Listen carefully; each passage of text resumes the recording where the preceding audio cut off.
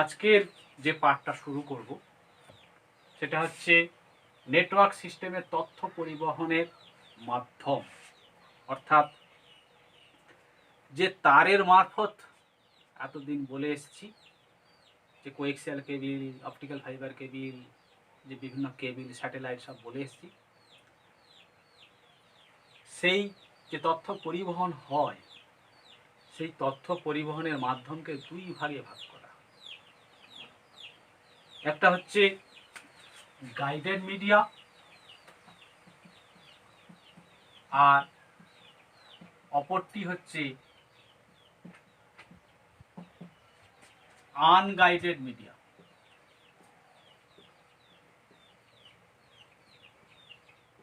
Guided media আর unguided media. Guided media means নিয়ন্ত্রিত মাধ্যম, আর আনগাইডেড মিডিয়া মিন্স অনিয়ন্ত্রিত মাধ্যম। গাইডেড মিডিয়ার তিন রকম তার আমরা যার সাহায্যে কানেকশন হয়, সেটা হচ্ছে টুইস্টেড পেয়ার কেবিল,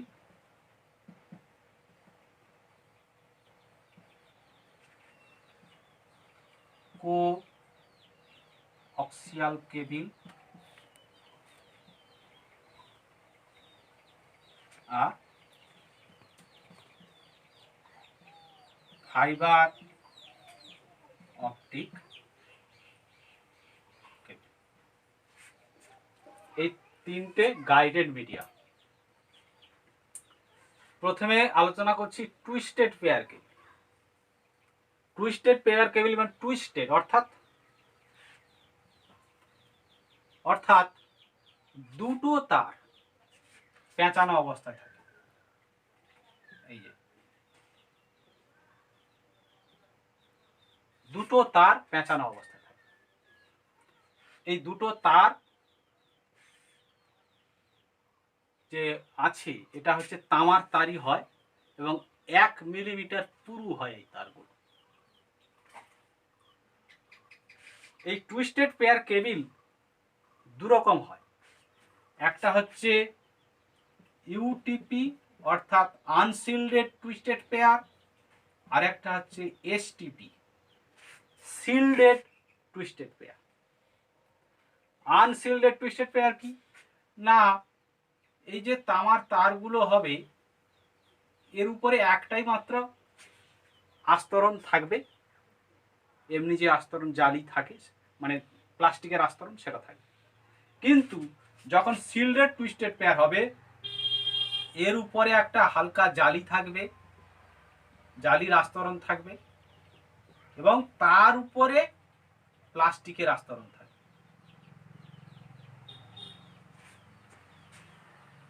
তাহলে কি হলো না, শিল্ডেড টুইস্টেড পেয়ারের ক্ষেত্রে যেটা এক্সট্রা হচ্ছে যে ওই তারগুলোর উপরে একটা জালির আস্তরণ দেওয়া থাকে,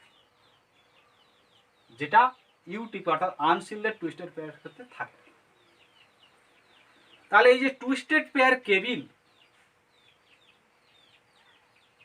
পেয়ার কেবিলে প্লাস্টিকে মোড়া দুটি পেঁচানো তারের উপর একটি কভার থাকে, যার জন্য যে তড়িৎ চুম্বকীয় যে তরঙ্গ অর্থাৎ ইলেকট্রোম্যাগনেটিক সিগন্যাল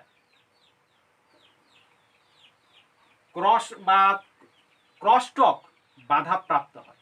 যেহেতু এই প্লাস্টিকটা আছে তার জন্য ইলেকট্রোম্যাগনেটিক ওয়েভ এবং ক্রসটক বাধাপ্রাপ্ত হয়। আর এখানে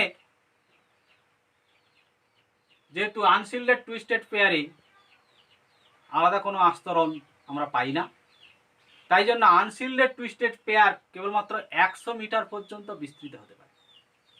100 মিটারের বেশি কানেকশনের ক্ষেত্রে আনশিল্ডেড টুইস্টেড পেয়ার ব্যবহার করা হয় না। সেখানে 100 মিটারের বেশি হয়ে গেলে তখন শিল্ডেড টুইস্টেড পেয়ার ব্যবহার করা হয়। আর শিল্ডেড টুইস্টেড পেয়ারের ক্ষেত্রে ওই যে তড়িৎচুম্বকীয় তরঙ্গ ক্রসটক বাধাপ্রাপ্ত হচ্ছে এই জালিটা থাকবার জন্য। এই টুইস্টেড পেয়ার কেবিল ল্যান সিস্টেমের ক্ষেত্রে খুবই ইউজ হয় এবং টেলিফোন লাইনের ক্ষেত্রে এটি ইউজ হয়, এই twisted pair cable. Twisted pair কেবিলের সুবিধে কি না, এর সুবিধে হলো টুইস্টেড পেয়ার কেবিল দামে খুবই সস্তা, খুব কম দামে এই কেবিলটা পাওয়া যায়। আর ল্যান এবং টেলিফোন সংযোগের ক্ষেত্রে, ল্যান নেটওয়ার্ক এবং টেলিফোন সংযোগের ক্ষেত্রে এই তারটি খুব উপযোগী। এখানে অ্যানালগ ও ডিজিটাল সিগন্যাল পরিবহনে সক্ষম এটি, এবং পেঁচানো অবস্থার জন্য বাইরের থেকে শব্দ বা সিগন্যাল এসে ওর ভেতর যে তথ্য যাচ্ছে বা ডেটা যাচ্ছে তাতে আঘাতপ্রাপ্ত করতে পারে না, অর্থাৎ যেটা ক্রস টক আগে উল্লেখ করেছি। টুইস্টেড পেয়ার কেবিলের অসুবিধে কি না, তথ্য পরিবহনের হার খুব কম।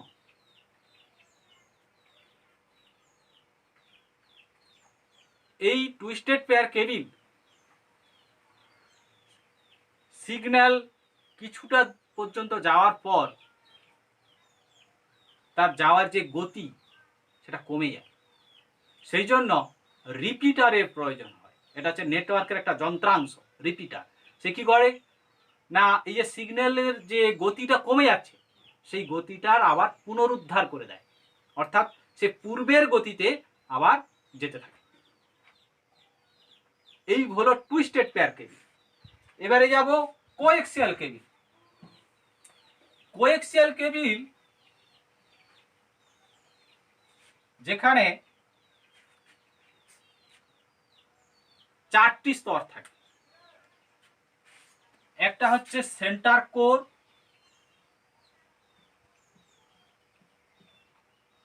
যেটা তামার তার দ্বারা নির্মিত। তার উপরে থাকে একটা অন্তরক পদার্থ বা অপরিবাহী, মানে অর্থাৎ অপরিবাহী পদার্থ থাকে। এবারে এর উপরে থাকবে কি না, এর উপরে থাকে অ্যালুমিনিয়াম বা তামার এটা জালি থাকে। এই যে অন্তরক পদার্থ, এর উপরে থাকবে একটা হচ্ছে অ্যালুমিনিয়ামের জালি।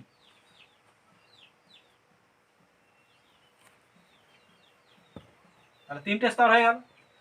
এবং একদম উপরে থাকবে কি না, প্লাস্টিক।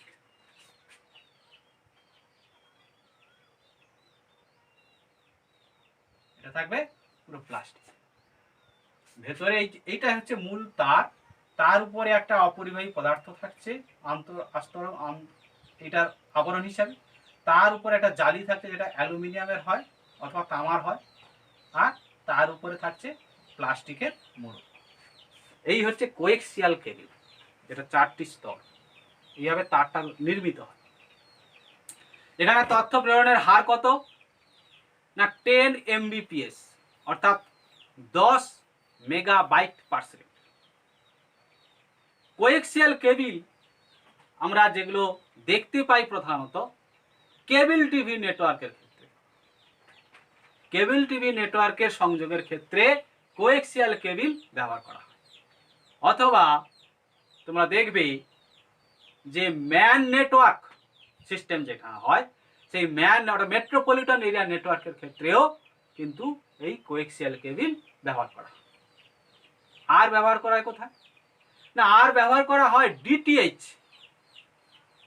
ডিটিএইচ এ ক্ষেত্রেও এই কোএক্সিয়াল কেবিল ব্যবহার করা হয়।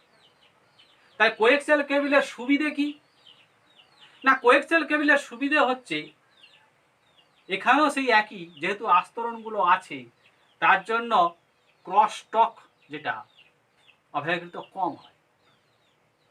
আর এখানে সুবিধাটা কি না, শব্দ সহজে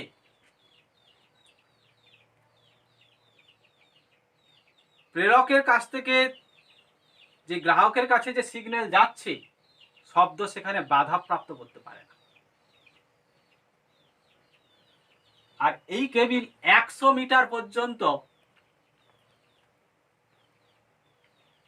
যেটা টুইস্টেড পেয়ার কেবিলের ক্ষেত্রে ছিল দূরত্বটা, বা 100 মিটারের বেশি ছিল শিল্ডেড টুইস্টেড পেয়ারটা, কিন্তু কোয়েক্সিয়াল কেবিল 1000 মিটার পর্যন্ত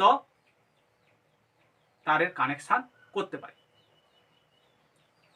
আর কি না, এখানে অ্যানালগ এবং ডিজিটাল সিগন্যাল দুটো সিগন্যালই যেতে পারে এই কোয়েক্সিয়াল কেবিলের মধ্যে দিয়ে।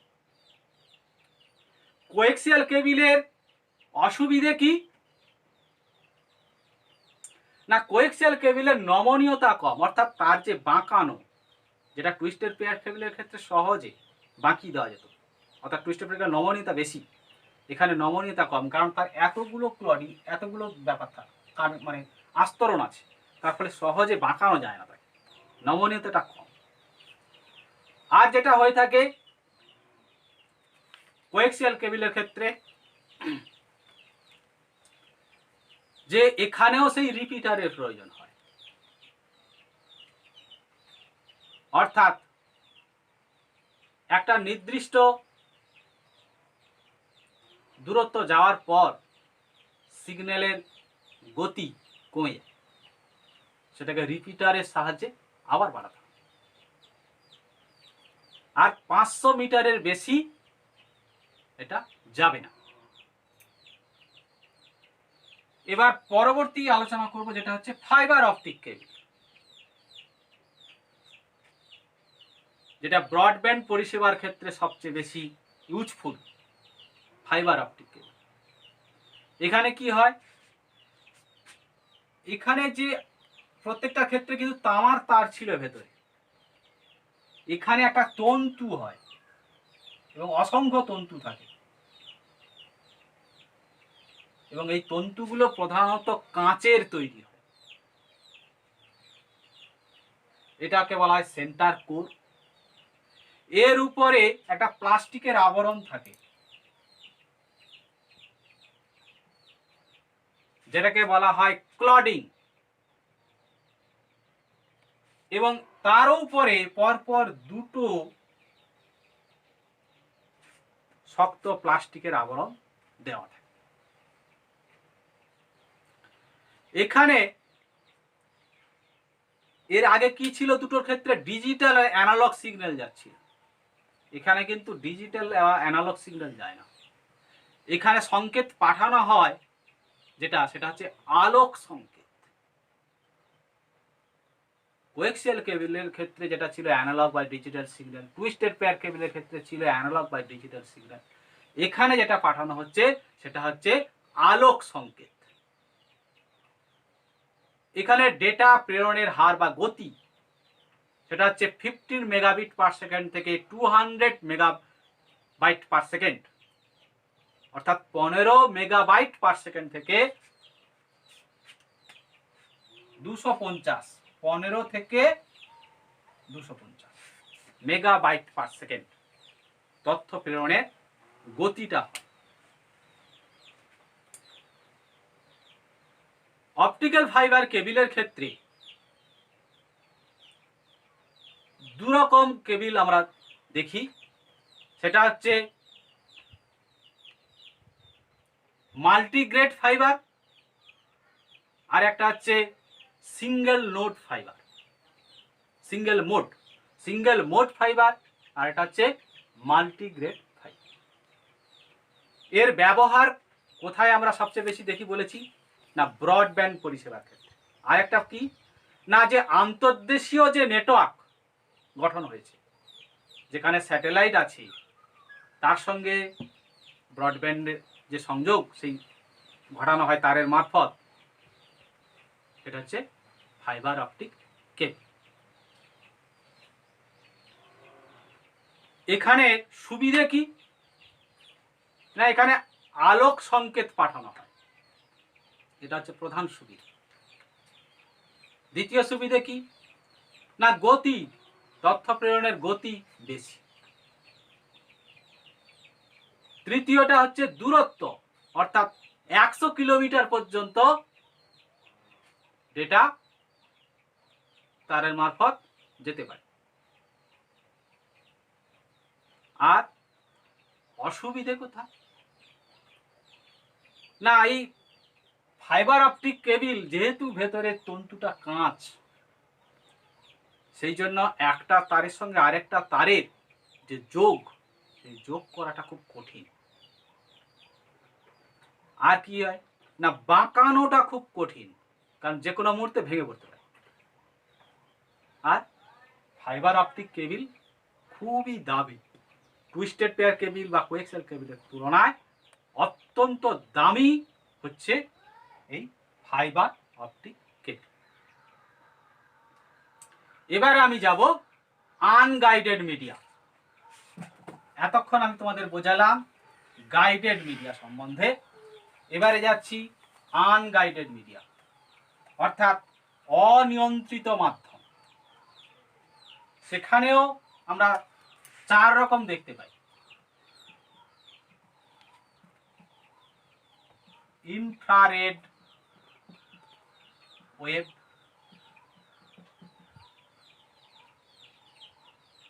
রেডিও ওয়েভ,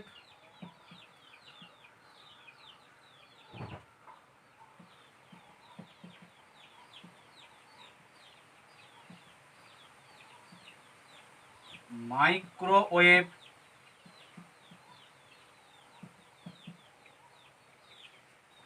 আর সর্বশেষ হচ্ছে স্যাটেলাইট। এই 4 রকম আমরা আনগাইডেড মিডিয়া দেখতে পাই। তাহলে আনগাইডেড মিডিয়ার এই 4টি ভাগ। অনিয়ন্ত্রিত মাধ্যম মানে তারের কোনো সংযোগ এখানে থাকবে না। গাইডেড মিডিয়া যারা তারের সংযোগ ছিল, এখানে কোনো তারের সংযোগ থাকবে না। তাহলে প্রথমে ইনফ্রারেড ওয়েভ সম্বন্ধে আলোচনা করি।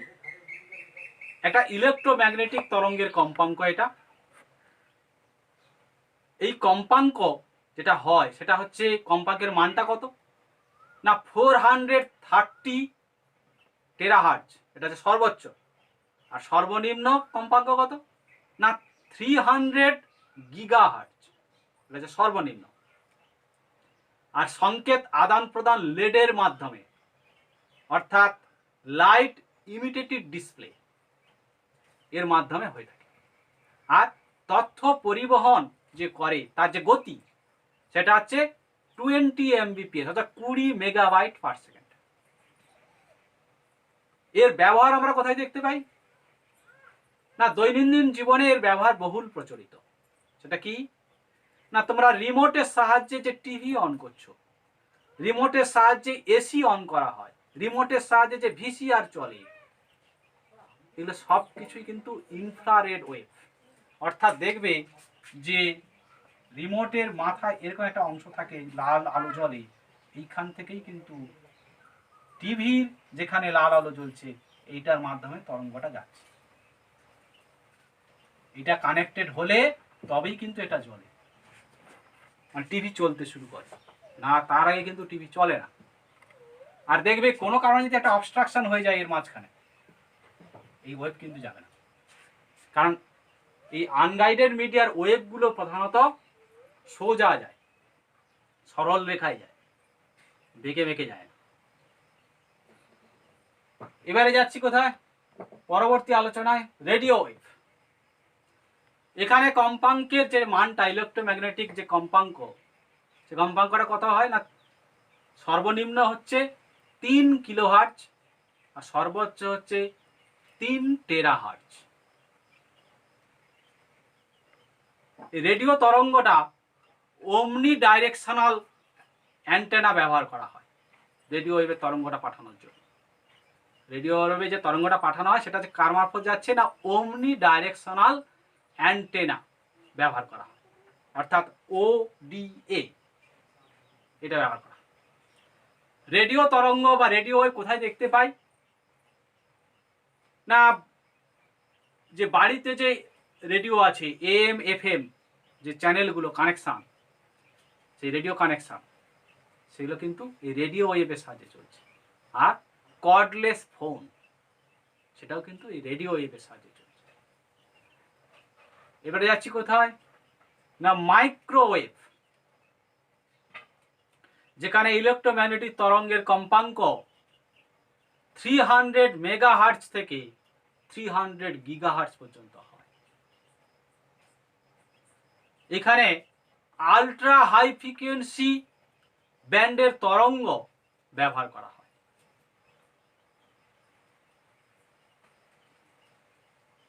এখানে সবসময়ের জন্য উচ্চ কম্পাঙ্কের তরঙ্গ ব্যবহার করা হচ্ছে। মাইক্রোওয়েভ তরঙ্গ যেটা আমরা দেখতে পাই প্রচলিত, যেটা হচ্ছে স্যাটেলাইট নেটওয়ার্কের ক্ষেত্রে মাইক্রোওয়েভ তরঙ্গটাকে ব্যবহার করা। এবারে যাচ্ছি স্যাটেলাইট, কৃত্রিম উপগ্রহ। তোমরা জানো প্রত্যেক দেশ থেকেই কৃত্রিম উপগ্রহ মহাকাশের বিভিন্ন কক্ষপথে স্থাপন করা হয়। সেই যে কৃত্রিম উপগ্রহ, এই কৃত্রিম উপগ্রহ কিন্তু নেটওয়ার্ক সিস্টেমের জন্যই ওখানে বসানো হচ্ছে। কৃত্রিম উপগ্রহের ক্ষেত্রে দুটো জিনিস তোমরা এগুলোর নাম শুনেছো হয়তো, আপলিঙ্ক, একটা হচ্ছে ডাউনলিঙ্ক। যেহেতু তোমরা ইন্টারনেট ব্যবস্থার সঙ্গে ইউজ টু, এই দুটো কথার নাম শুনেছো, আপলিঙ্ক ডাউনলিঙ্ক। আপলিঙ্ক কি না, ভূপৃষ্ঠে স্থাপিত কোনো স্টেশন থেকে ট্রান্সমিটারের মাধ্যমে তথ্য বা সংকেত যখন স্যাটেলাইটে পাঠানো হয় সেটা হচ্ছে আপলিঙ্ক।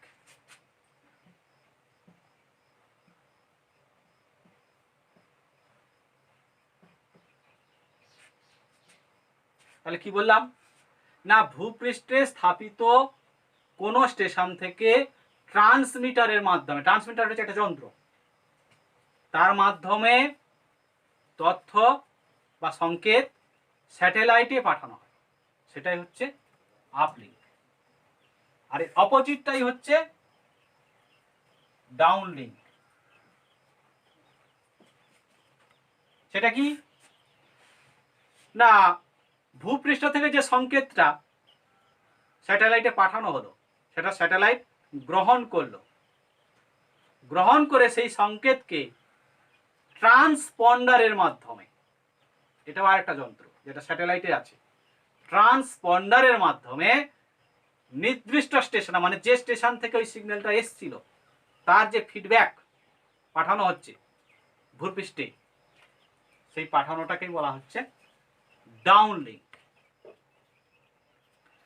আমরা যে স্যাটেলাইট দেখতে পাই তিন রকমের, জিইও অর্থাৎ জিও স্টেশনারি আর্থ অরবিট, এমইও মিডিয়াম আর্থ অরবিট, আর এলইও লো আর্থ অরবিট। জিইও, এমইও আর এলইও।